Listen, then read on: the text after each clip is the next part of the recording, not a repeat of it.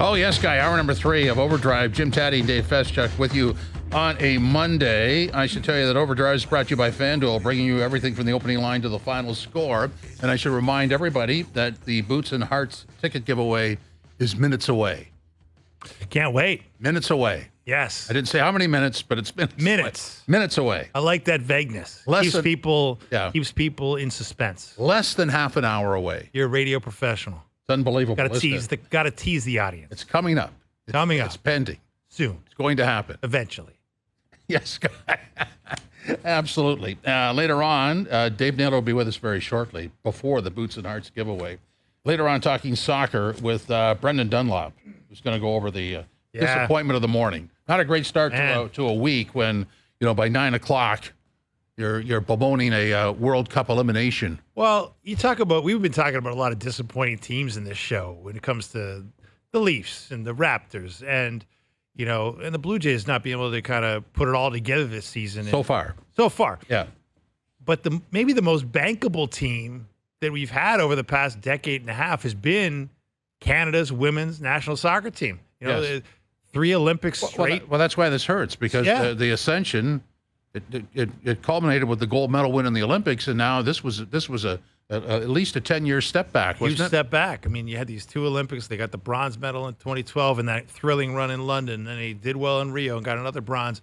Then, as you say, came together in Tokyo with that wonderful performance to get the gold. And you just expected so much. And Bev Priestman, the coach of the team, talked about that maybe there was a target on their back because they were defending gold medalists. But I'll tell you, man, the more you think about this match, Australia had all the pressure on them. Their coach was apparently going to get fired if he didn't get them through. He talked about how it would be an abysmal failure if they didn't get through the group. They're at home. New Zealand, the other host, had just gone out, becoming the first host team in the history of the Women's World Cup not to make it through the group stage. So if Australia would have also gone out, it would have been you think about the money and the time and the effort and the national, pride that goes into hosting a World Cup. If both the host teams were out, it would have been a debacle. And then on top of that, what we didn't mention in the first hour, Jim, was Australia was playing without its best player. Yes. I know. She was on the sidelines and they greeted everybody as they came off.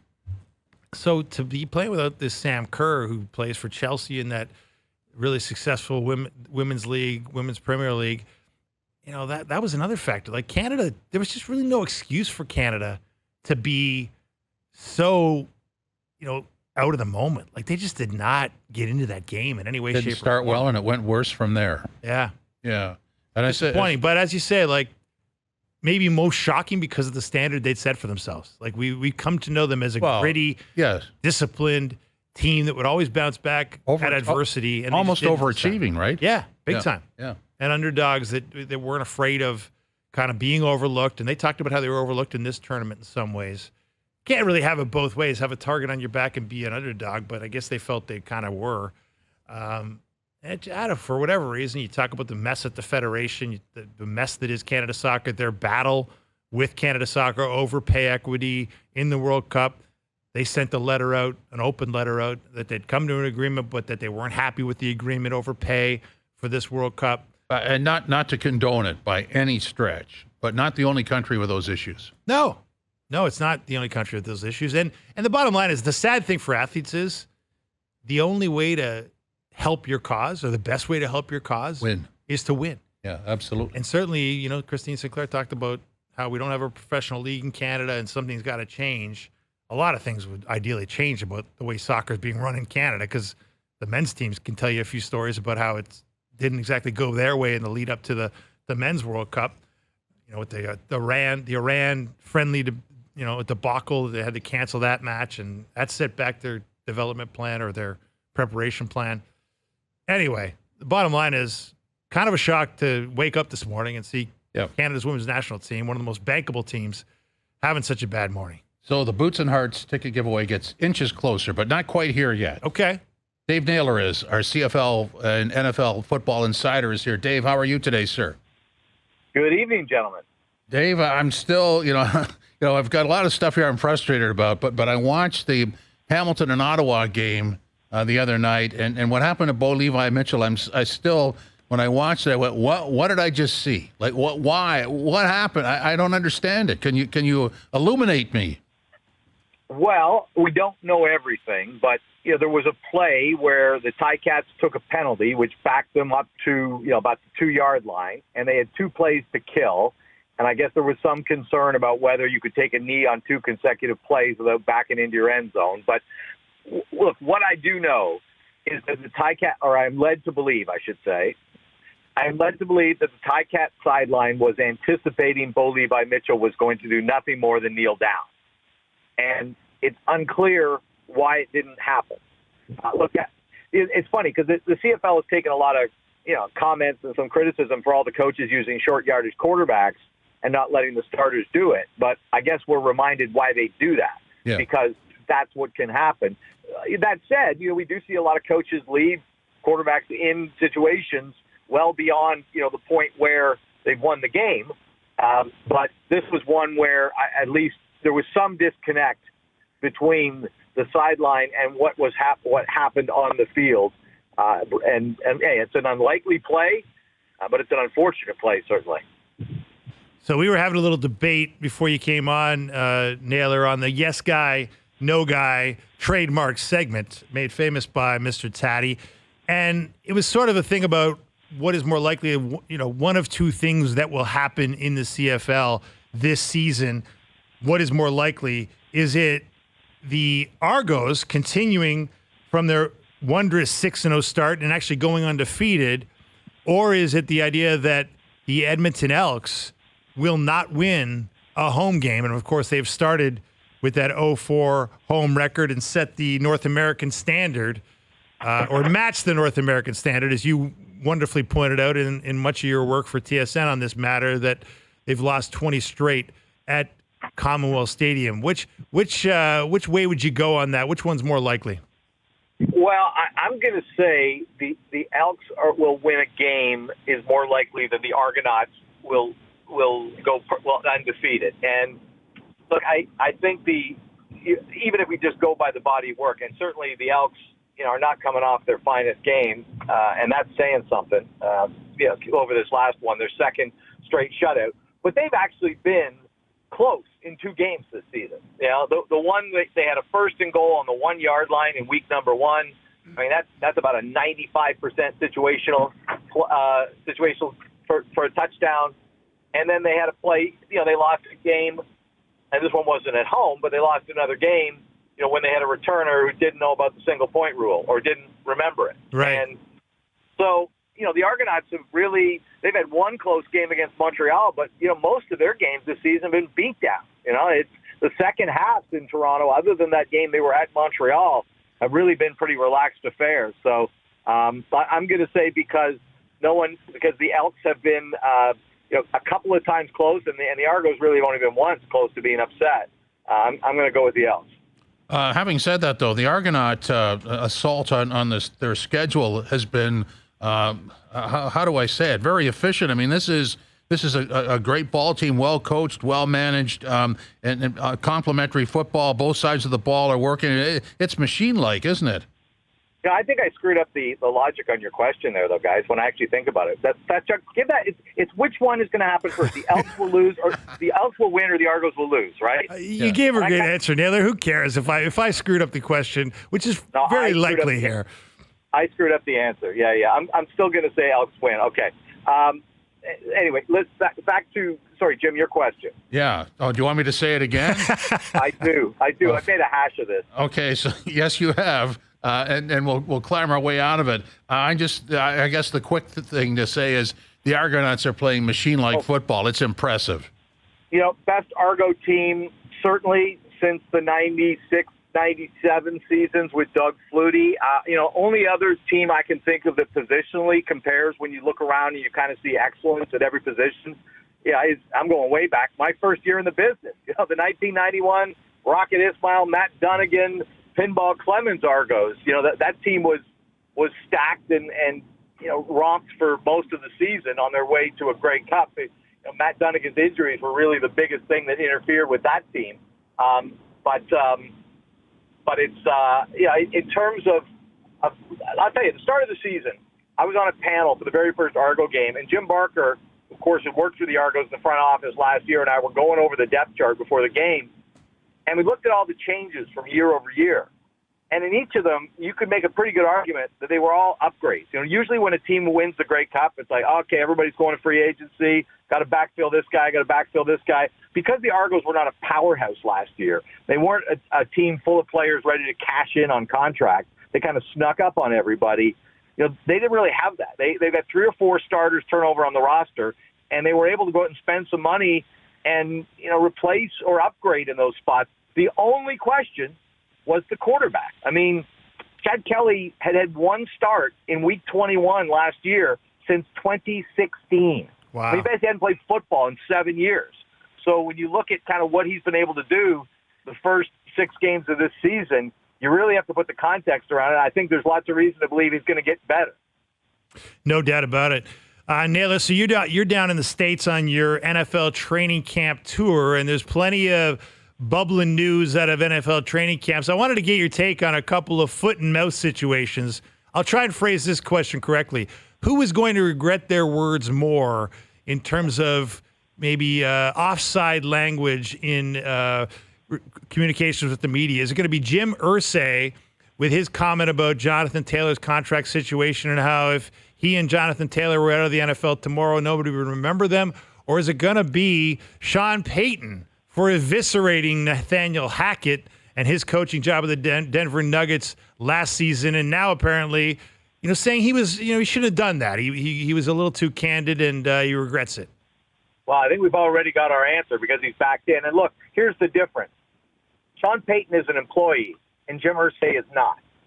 Right. So, no matter how much stock Sean Payton may have in the National Football League, I think probably some people in that organization have suggested to him that was not the smartest thing to say and not the kind of thing they want their head coach saying about the personnel, the staff of other teams. In Jim Irsay's case, the other thing I'll say about Jim Irsay is there's a pattern there. Like if you follow Jim Irsay over the years, he's had a lot of things to say that have kind of rankled people, even going back to Peyton Manning's exit from Indianapolis and that kind of thing. And again, he's the boss. He's accountable to Jim Irsay. So I think the early clubhouse leader and likely the shoe-in this case is going to be Sean Payton. And what did you like? So Sean Payton, my theory on that though, Naylor, was that there was a certain amount of genius to that from Sean Payton because look, he probably had to say he was sorry and that he regretted it. But I think there's a part of me that believes he may not regret it too much because he's trying to set the bar there and say none of this is on Russell Wilson. This was a debacle of a coaching staff. Blame the coaching staff. He's trying to get belief that Russell Wilson, can be a guy that can carry a team because if he's not a guy that can carry a team, the Broncos are in trouble. And the idea that, hey, taking all the heat off of Wilson to me is a calculated move here by Sean Payton. How do you see it? Well, I think it could be a calculated move, and I think it also possible that he believes it. And Dave, in your experience, you've probably had a similar situation where no matter what sport it is we're talking about, the coach who comes in will say privately, sometimes to people in the media, about what an atrocious job the guy who had the job before him did. Right. I have witnessed that kind of thing. What they usually don't do is say it publicly or say, and you can go with that. Right, exactly. That's the difference here. So I think there's possible here in Sean Payton's case that it's both. That yes, it's strategic, as you say. It's going to take a lot of the heat off Russell Wilson, and again, hopefully foster the belief that he can still play at a high level in the National Football League. But the other thing it does is it's possible that he actually believes it, and the difference is he just said it on the record. So you brought up Irsay's past, and what's the likelihood that there's an agreement with Taylor? Well, the thing is about that. That's a really good one because the running back market, as well established, is this is the you got to have a team that wants to pay you, right? And look, Jim Irsay said some things, I believe, on Twitter or otherwise, even before he had that meeting with Jonathan Taylor, and then he kind of doubled down. It sounds like in that meeting. Look, ultimately, Jonathan Taylor wants to play football this year, and he wants to get paid. He may not be happy about what he's getting paid, like all the other running backs in the league, but the Colts are under no obligation to move him. And he really doesn't have many options unless he wants to sit out a season. And I don't think that's in his best interest. And again, look, at this point, because of what was said to him, sorry, we're backing up here in Atlanta. Because of what was said to him, he may prefer to play for anybody else. It may not be all about the money right now, but hey, this is a back that's early in his career. This is a guy who's on his rookie contract. This is a guy who, is a very, very good player. And while there may not be a lineup of teams willing to go out and break the bank for him at this point in the season, he's got a lot of value to the Colts, and they're under no obligation to move him. Yeah. Well, Naylor, nobody wants to hear the sob stories of pro athletes generally, right? And I'm certainly in that category. Like, these guys are making very good money, and the contracts are real. But I'm sort of sympathizing with the running backs of the National Football League in this argument, right? And I understand the CBA is what it is, and they agreed to it, but it does feel like they're getting the short end of the stick, especially when they achieve a lot out of the gate and yet can really have not a lot of recourse other than what Jonathan Taylor is attempting to do to get a little more money, knowing that their career span is generally incredibly short. Well, and the thing that you have to think about is it's one thing to see the franchise tender go from 12 to 10 million, while all the other franchise tenders are going in the opposite direction. Right. But that's still $10 million a season. But that's not the average for the running backs. That's the average for the top 5 best paid players at the position. So the guys who are really on the short end of the stick are the guys that aren't even getting the second contracts or getting very marginal off increases to go to the second contracts and will never see a third. And look, everything is relative, but you know what you have to thank for all this, Dave? What's Your that? Good friend, analytics. Yeah. Because this is the trickle down from the application of analytics to the National Football League, where teams are literally looking at the difference in their offensive production with that running back versus that running back. And we paid this guy X and we paid that guy Y, and our production was nominally different or things like that. That really is what that and the overall trend in the National Football League of it becoming a pass-first league. And everything is trending that way still continuously, and has been over the last 30 years, but it's not stopping. So those are the two factors that have driven the running back salaries where they are. And look, there's always so many good ones. It's also the one position, maybe in all of sports, where having experience is kind of considered a detriment because they're like, how much tread have you got left on your tire? You even hear those kind of concerns now about guys coming out of college. Right. Oh, he had too many carries in college. Like, wait a minute. We're saying guys have aged out before they've left college? It's not a fun time to be a running back. Dave, as you left the Bills camp last week, what impression did it give you? I think this is a team that kind of enjoys being under the radar. Like last year at this time, it was all Bills Super Bowl favorites, betting favorites. The way they lost to Kansas City, shouldn't have lost, should have won it this year. They're even better than ever.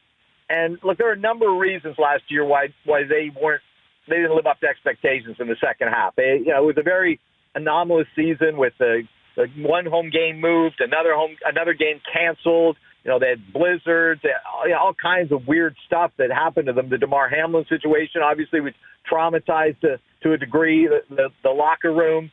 And then you had sort of the offense sort of stall, right? And I don't say, look, overall, they were still one of the best, most productive offenses in the NFL. But that ability to score at will that they demonstrated during the first 8 weeks of the season, you didn't see that in the back half of the schedule. So I think there's a lot of excitement about Dawson Knox, who they took at tight end in the first round, the first tight end off the board in a very, very deep draft.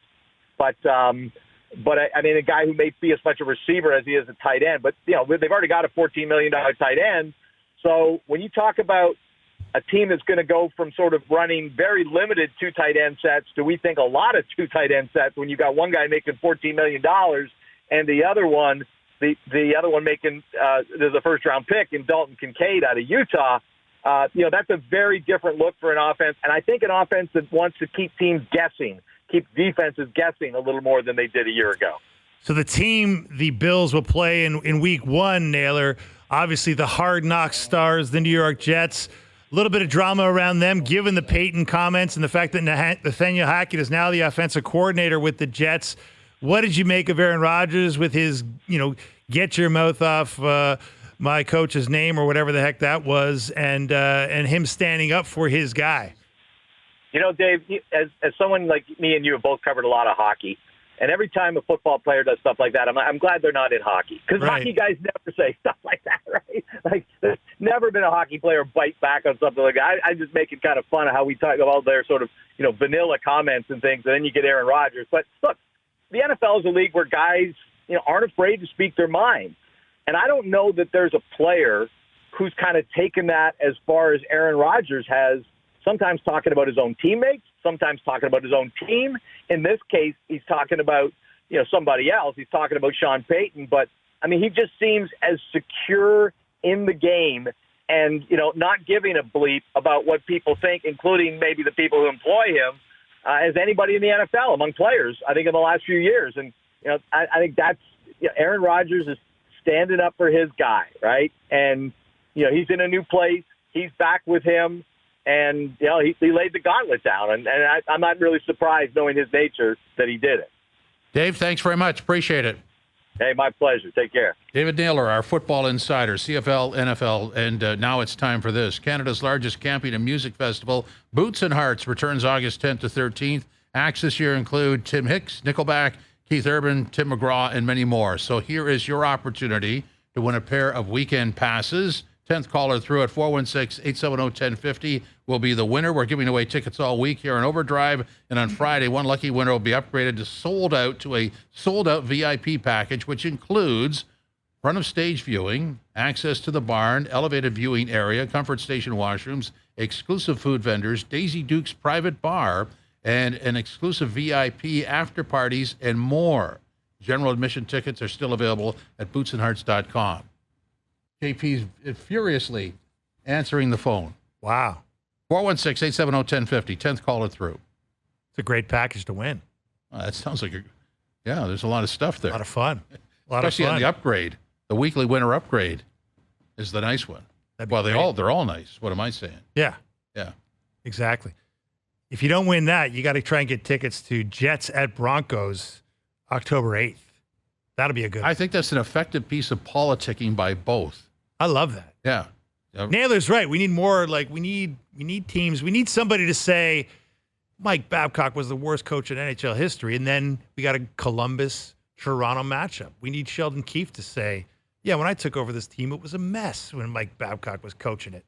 And then we see Toronto play Columbus, and then we have fun with it. See, it's fun. Yeah. It's fun to have controversy, NHL. Well, I just think that, if you're playing in the quarterback graveyard that the Jets are, and you can make the statement that Aaron Rodgers did to support your offensive coordinator. Of course you have to. That's a chemistry building experience. Well, and for Sean Payton is stepping into a bit of a mess with the Broncos. I mean, that's the best way to slam the door on what didn't happen last year. This was a disaster. See ya. I love Peyton's comments on Nathaniel Hackett, because obviously, you heard all the coaches saying he broke the code. Coaches don't talk about other coaches like that. This is a fraternity.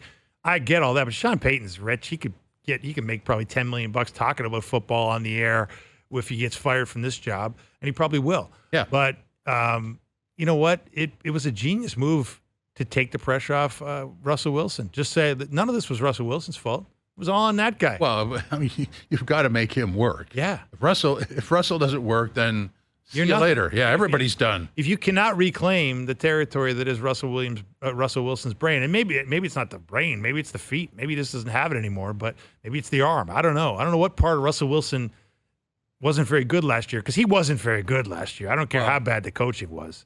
He was not very good. But you know what? Maybe it had an odd look to it. We had Marcellus Wiley on, and Marcellus said sometimes you just can't outplay bad coaching.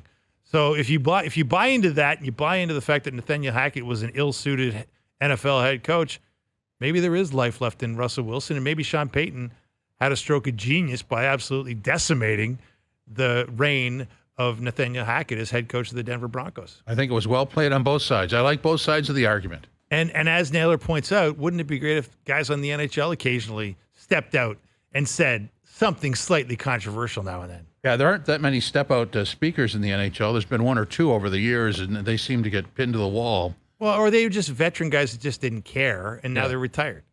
Anyway, we'll talk soccer. There's not enough veterans. That's the problem. Well, not going to touch that. Okay, so talking soccer next. Brendan Dunlop will stop by. This is Overdrive on TSN 2 and TSN 1050. Overdrive, Jim Taddy, Dave Feschuk with you for today. Later this week, Brendan Dunlop will stop by and host the festivities on Wednesday, Thursday, and Friday. I'll be in tomorrow with Frankie C. But right now, Mr. Dunlop is kind enough to join us to talk about the Women's World Cup. Brendan, how are you today, sir? Hey, Jim, I'm great, but I'm wondering, what are you trying to tell me, or is that producer JP there? Am I the anti-hero? What was with the Taylor Swift selection? I have no idea. My intro. I don't pay attention to the music. I just jump over it. Come on, Brendan. It's an honor to be graced with the dulcet tones of the biggest musical artist on the face of the planet, man. Well, don't be so negative. No, I know, man, but hey, I'm not your level of writer. I'm one of those writers that's always reading between the lines because I don't know what to fill in between them. And I hear the lyrics like, "I'm the problem, it's me," and I'm like, "Is this what JP thinks of me?" No, first of all, I wouldn't listen to anything JP said. Yeah, and if anything, it was a message to the two co-hosts here, the doofus co-hosts that are ruining the show with Hazy B out on vacation. Yeah, I wouldn't take it personally Not at all, man. Not at all. As a matter of fact, I will find JP on the way out, and you'll find on Wednesday he's going to be very nice to you.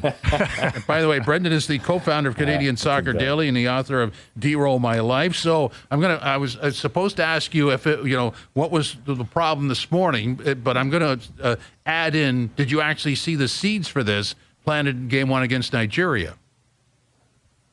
I tell you what, if I did, maybe I wouldn't have woken up at 3 a.m. because I'm out in Vancouver right now. And that game stung a lot worse being a 3 a.m. kickoff as opposed to what would have been a 6 a.m. for you guys. I mean, you know what? Yes, you could see the seeds of this in that Nigeria game. You certainly could in that first half against Ireland. And I think that really influenced Bev Priestman's decisions. Most notably in starting Christine Sinclair, which I think was a surprise to a lot of people.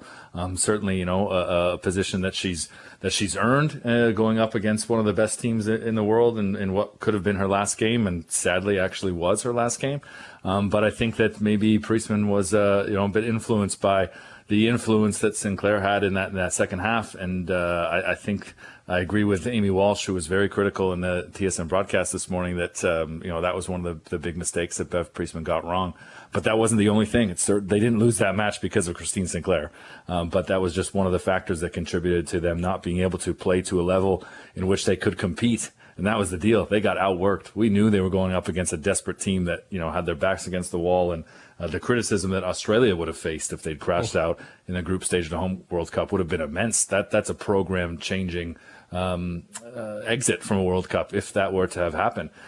So they fought tooth and nail, the Matildas, and made sure that it was Canada that were sent packing. And it's just really sad that it went the way it did. I honestly thought we'd be talking about this team in this tournament for 2 or 3 more weeks, and here we are talking about them out in the group stage for the first time in 12 years.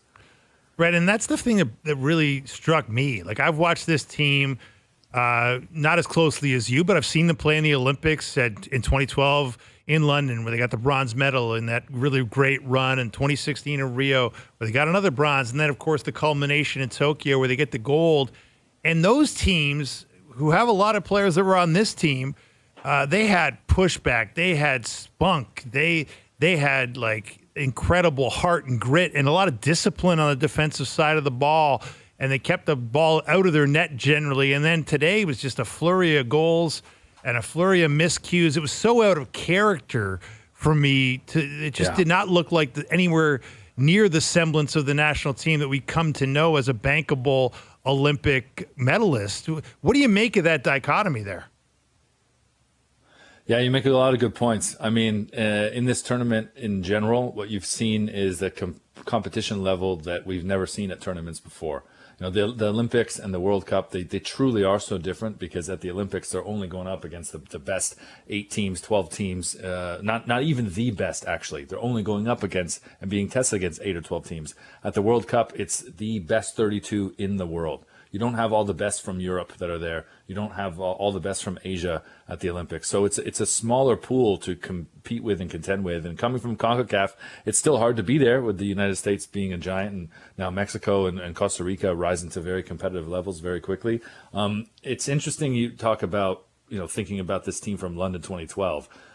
In men's soccer and women's soccer, you really don't see the same faces carry over for that long. There's a few stars certainly, but they might be bench veterans. They might be less relied upon. They might be important locker room figures, but not captaining the side, not leading the team, on the front line, in looking to score goals to punch their ticket through to the knockout stages.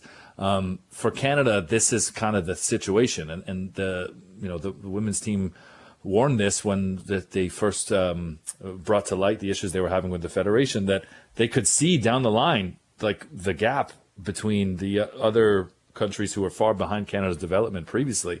That gap is gone. The rest of the world is so much better, even than the world was, women's soccer was 2 years ago when Canada won Olympic gold. The amount of investment, the opportunities that women's players from other countries have had, Canadian players have not had those opportunities. And you truly did see that on the pitch today. And I think it's impossible to ignore the preparation. And I know there are people on the internet's all about, the excuses, they didn't get enough games, they're professionals. Yeah, no, they didn't get enough games. This doesn't happen in other places. Ireland, who debuted at the Women's World Cup for the very first time this year, had 3 games. I believe it was 3, if not 4, if I'm not mistaken. Actual competitive, they were friendlies, but actual games in front of fans as tune-ups, as a preparation for a World Cup since May. Canada had 4 games all year in 2023. So they weren't prepared. They didn't have the opportunities to gel as a squad. They were dealing with injuries. And, I think a lot of people will look to the Men's World Cup and say, well, look at the competition level. And yes, there was a gap in quality here and there. But, how come Canada could get played off the park like that? These games were being played in an actual off season, unlike the Men's World Cup, which was in the middle of the season. That's why the games were so competitive.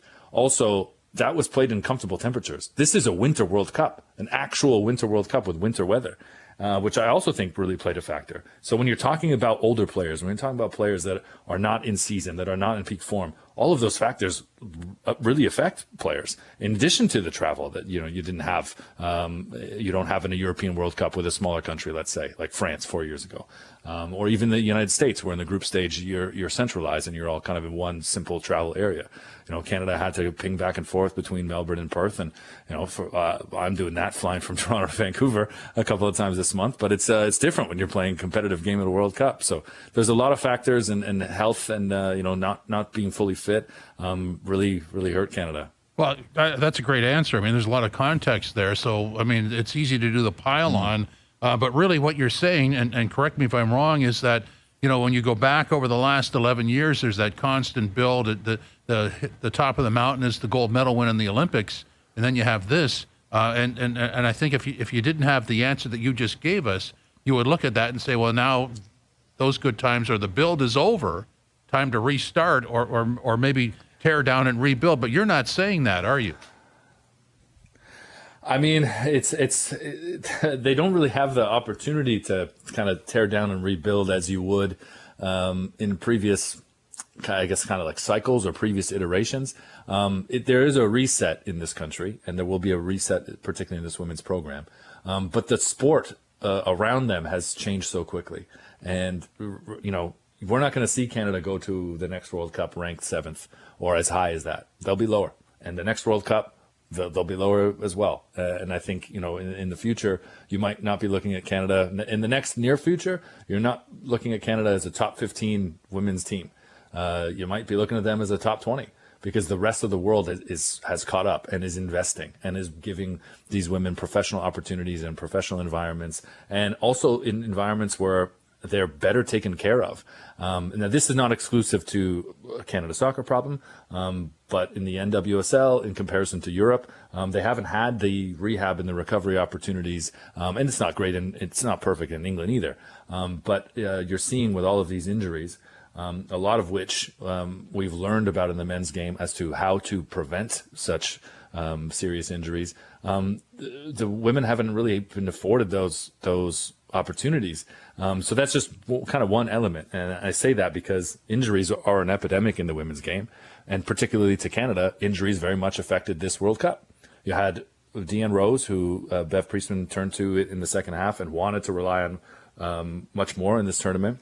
coming off a devastating Achilles injury, as well as Nichelle Prince. We know Janine Becky wasn't there because of a devastating ACL injury. Across the board, that the Canada were not fit and healthy coming into a World Cup. Didn't have the opportunity to prepare and build as you normally would. So looking ahead to even the Olympics in a couple of years' time, yes, Canada will be there in Paris, but will they be a team that we're talking about expecting to be on the podium? Maybe not. Because I think that the European teams they'll be contending with will be a heck of a lot better, because the pace in which we've seen the growth just in the last 5 years has been exponential with other countries, and Canada can't keep pace anymore. There was a lot of talk in Australia in the lead up to today's game, Brendan, that if they didn't win this game and they became, along with New Zealand, as the first two host countries not to make it through the group stage of a Women's World Cup, that the coach was going to get fired, that there'd be big changes to that group.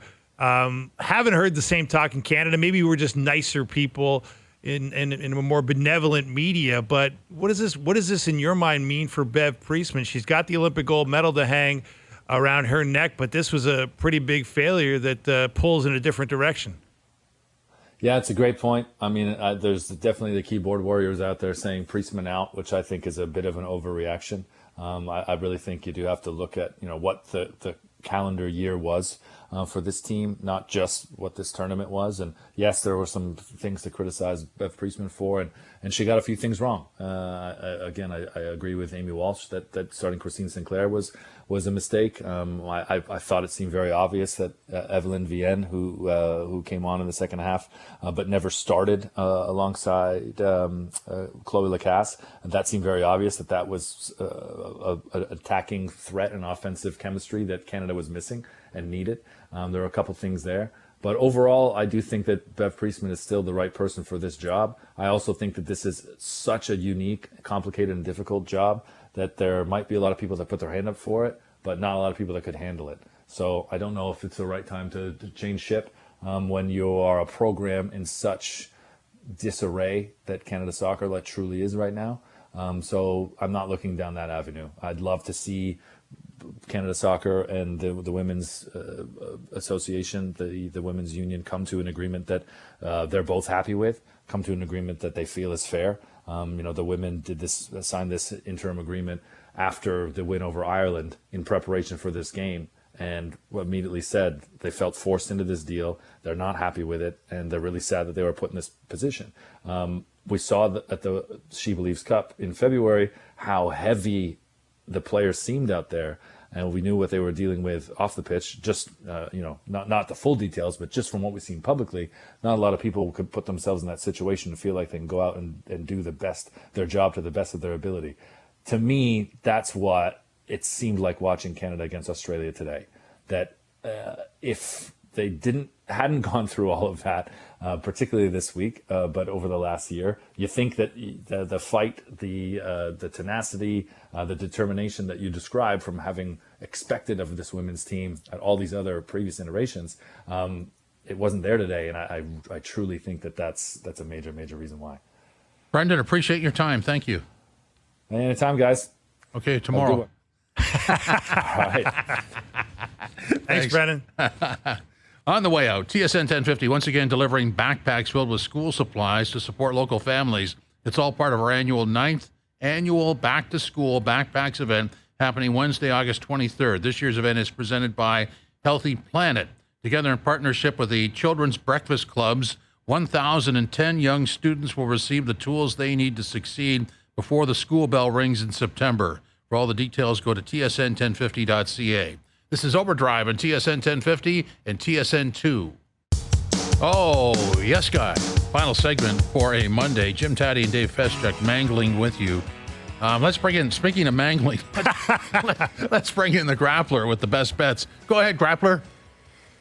No, Jimbo, listen, I told you on Friday that it's in the contract. I only have to put up with you for 1 day a week, and with you doing the show tomorrow, I decided to make Tuesday that day. That's all I can handle. In person, I think you'd agree. I think you'd agree. Well, you did graduate from my Figure Out Life course. It took you 10 years, but you did pass earlier today. You used one of my lines in the appropriate spot against me, and that's how you graduate. Okay, good. Okay, so we're just on the up and up here. It's only going to get better, right? At least until tomorrow. I didn't say that. All right, moving on. Today's best bets are powered by FanDuel. Make your picks and assemble a same-game parlay in seconds on the FanDuel Sportsbook app. Jays facing the Orioles tonight down at the Dome. Got Chris Bassett on the mound. Orioles a strong team at the plate. Don't strike out a ton. I'm taking the Bassett under in strikeouts, which is 5.5. Jays catcher Alejandro Kirk has, of course, been hot at late, expecting him to at least get one hit. And looking ahead to Guardians Astros, former Blue Jays prospect Noah Syndergaard making his debut for the Guardians tonight after being dealt last week by the Dodgers. Taking Houston on the money line as Syndergaard is coming back from injury and has just been playing awful this year. Getting plus money with those three wagers at plus 323. Today's best bets are powered by FanDuel. Bet on star players to score, assist, or have a shot on goal in a soccer game parlay. Please play responsibly, 19 plus, and physically located in Ontario. Thank you, Grappler. Look forward to seeing you in person tomorrow. Hope it doesn't rain on the way in. At least there's one of us looking forward to seeing you. Oof. Oh, wow. Okay, well, and he said Noah Syndergaard, who oddly enough we talked about out in the prep area before the show in an unrelated circumstance, and now he made the show. Interesting. Yeah. Well, he's had some pretty good moments in the show, but of course been plagued by some injuries. He's no longer Thor, as they used to call him, with that Viking-esque hair and the thunderbolt arm. But he's trying to come back. So tomorrow night at 6, the trade deadline happens. What do you think that Frankie C and I are talking about on this particular broadcast as far as the Jays are concerned? Look, I think you're going to be talking about a new way of looking at the Blue Jays management group because, with this Jordan Hicks acquisition where they got a rental, an impending free agent, and they forked over a couple of prospects to get him because they needed a guy that could throw heat out of the bullpen along with Genesis Cabrera. That's a nice switch in kind of tack in terms of the way they've approached these things before. They always talked about team control. So I think that we should expect more of that. I think if they're all in on one guy, why not throw, whatever they've got in that cupboard at that righty bat they need and maybe another starting arm. The shopping list is not yet ticked off, and to me, they've got more to do. Yeah. By the way, I stiffed Peter Hall, and he's going to be with us tomorrow as well. But I like what you said there because and the timing as Romano goes out. Yeah. It looked very awkward on Friday night. He goes out, and instead of all these question marks, you come right in with Hicks. I love it. And maybe somebody else tomorrow. Maybe there's a right-handed bat. Steve Phillips has been all over that. It seems like it's a no-brainer. You just gotta diversify the lineup a little bit here if you expect to be a team to be reckoned with in the playoffs, and that doesn't seem like an unreasonable ask for this management team. So, no, I think that if you're a Blue Jays fan, these are fun times. Like this is an exciting race. You're in the midst of it, and you've got a team that hasn't quite reached its potential yet, which I think is the most intriguing thing. You're in the playoffs, and yet you feel like you can be a lot better if things break your way. Totally like that analysis. You haven't seen the best of the Jays yet, and yet they're there. Yeah, which is a great thing. You'd rather be like sitting in a wild card spot at the trade deadline, which maybe should be a little later in the calendar, as we were talking about with Steve Phillips. But yeah, I would not want to be one of these teams like the Angels that's 4 games back of the wild card and kind of praying. Dave, we're out of time. We got to go. Have a good night.